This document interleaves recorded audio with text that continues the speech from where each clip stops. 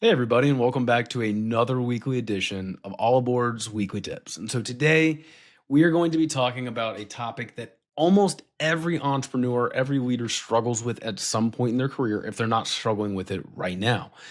It is a skill, it is a learned ability, it is not something that we are born with. And what we're talking about is delegation.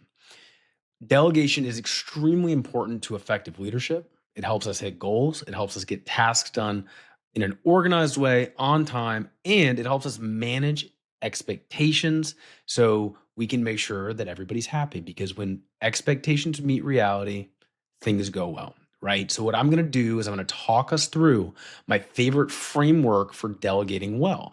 Whether you have a virtual assistant like we talked about last week, we said, look, if you're not ready to delegate, do not hire a virtual assistant, right? We'll work on those delegation skills. Or whether you have middle managers or upper managers in your agency or business, right? Delegation is going to be an effective tool to getting what you want. So let's go ahead and dive in. It's going to be a shorter one today, but hopefully packs a punch. Let's do it. All right, y'all, here we go. All right. So this is one of my very favorite topics to talk about, right? And the reason it's one of my favorites is because usually when I explain it to people, their eyes light up and they think, oh, wow, like I finally get it. I know that that's how I felt when it was first explained to me. It is a tangible, well, I shouldn't say it's an intangible thing, but it is a visual that we can all relate with and we can point back to.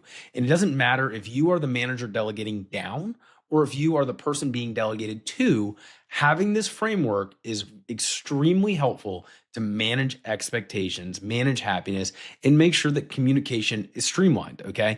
So, what we are going to be talking about today is the 5 levels of delegation, right? That's what this framework is called. Everybody starts at level 1, and our goal is to get them to level 5.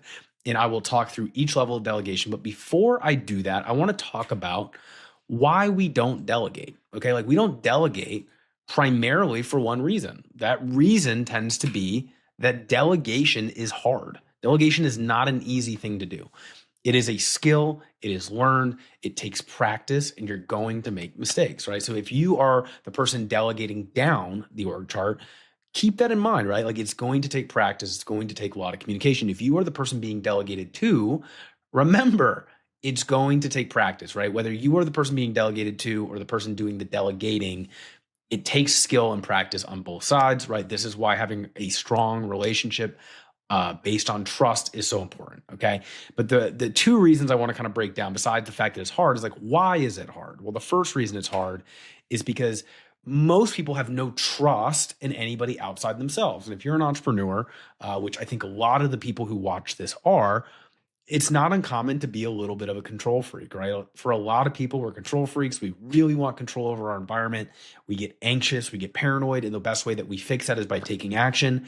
And by being an entrepreneur, we can take action. It's our own domain, right? I think it's part of the reason why agents get so upset when their comp gets changed or their goals get changed, because we got into this to be entrepreneurs and control our own destiny. And now we feel like that's not the case. Well, delegation's the same thing. When we let go of something, we're giving up the control of the environment and we're putting our trust in someone else. So people don't delegate because it's hard, and it's hard because they don't have trust in the person that they're delegating to or in themselves to delegate effectively. Okay.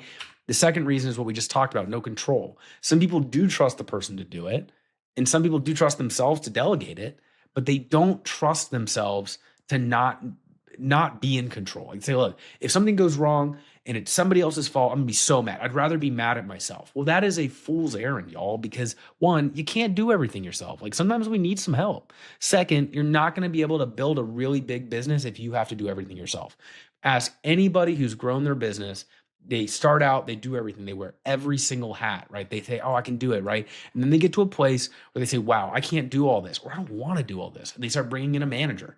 And then what happens is that person makes a mistake. And they say, oh my God, I knew it. I knew this would happen if I gave up control, and they rip it all back. Well, that's a mistake because that's an opportunity to train them and teach them or learn something about yourself. Okay. So it's important that we get this out of the way. Yeah, it's hard. And yeah, you might not have trust or control. Like, get over it. If you want to get bigger, you want to get better, get over it, right? Like delegate, it's going to help. And here is how we do it, okay? So I'm not just going to give you the tough love, I'm going to tell you how to do it, okay? So here are the 5 levels of delegation, okay? So let me move my face out of the way. Here are the 5 levels, they're on the right, okay? So the first one is level 1, do exactly what I've told you, all the way up to basically just do it and I don't care, I trust you, all right? So what you'll find is this little yellow cursor is that as trust improves, we move up the levels of delegation, okay? Everybody starts at level 1. Do exactly what I've told you. And this is a lot of work for everybody, right? Like if you are the person doing the delegating, it is a lot of work to keep somebody else busy. Okay. Like somebody's told me before, like, Andrew, man, you could keep 15 people busy. Yeah, I don't know that that's a compliment. Like at the end of the day, like if I really think about that, like I think it's given as a compliment. I don't know that that's a compliment, right? Because what it means is I'm just like throwing ideas out there. I'm not prioritizing. I'm not doing urgency, right? So execute, do exactly what I've told you. So not only does the person need to be able to follow directions and execute on that, but we as the delegator need to pick and choose what we are delegating, make sure that it is worth our time. Okay. Like don't be like the guys like you could keep 15 people busy. I shouldn't be able to keep 15 people busy. It means I'm not doing a good job as the delegator to sifting out what needs to be delegated. Okay. So that's number 1. Number 2, right, is research the topic and report back, right? So when someone's new and they come to you and say, hey, there's the problem, right? We say, well, give me the context of the problem. Like, tell me more, right? That's level 2. Hey, this thing happened. Okay, like, well, tell me why it happened. Like, what's going on? Give me the details so I, as the leader, can make a decision, okay? As we start to get that right, we might ask them the next question, which is like, make a recommendation. Like, what do you think? Okay. And this is typically where we want our middle managers to live, is like, make a recommendation. So we don't want people to say, like, don't bring me a problem, bring me a solution. Right. And the reality is, when we're at level 3 on the 5 levels of delegation, we say, look, give me context of the problem and tell me what you would do, but not only what you would do, but why. Okay. At the end of the day, I'm still going to make the decision, but I want you to tell me what you would do in this situation, okay? Then when you start finding yourself agreeing with their recommendations more often than not, time to level them up, right? Get them to level 4 and say, look, moving forward, you can just decide with reporting back, right? Like, make a decision and let me know. And this is where a lot of us fail. Okay. We get to this place, make a recommendation. We say, go for it. Or they'll take it, or an employee or a manager will take it upon themselves to just go for it. Okay. Like, I'm going to ask for forgiveness, not permission. Okay. Here's the problem with that, is that if you cross this line from make a recommendation to decide without reporting back, and not everybody's on the same page, like, it's going to elicit a reaction, right? And probably not a good one. So what I would always tell you is, okay, like if it's decide and report it with reporting back, geez, see, this happen when I'm doing my clicker. If you decide with reporting back, if you are the person doing the delegating, be ready for that manager or that person to make a mistake that you probably wouldn't have made, but it's probably a mistake that you've made in the past. Don't pull it back, right? Sit down and be like, hey, here's what went wrong. Here's what I want you to do moving forward. It's okay to make mistakes. It's not okay to make the same mistake multiple times, okay? Now, what happens a lot of the time is people will bounce between level 4 and 2 and skip 3, okay? Somebody will research the topic and report back, okay? And then people say, oh man, like, don't bring me problems, bring me solutions. So then instead of making a recommendation to you, they go right to deciding. And then you say, why would you do that? Did I tell you to make that decision? They say, oh my God. So they go back to research and they're bouncing and ping-ponging back and forth when they should be just in the make a recommendation stage, okay? They overcorrect each direction. So make sure as the leader, you're being very clear when you want them to make a recommendation or decide with reporting back, okay? And then last, oh man, my bubble's really not cooperating today. Here we go. So then we get to the level 5, which is decide without reporting back. Okay, this is where my sales leader is, where my chief of staff is, where the CFO is, my business partner is.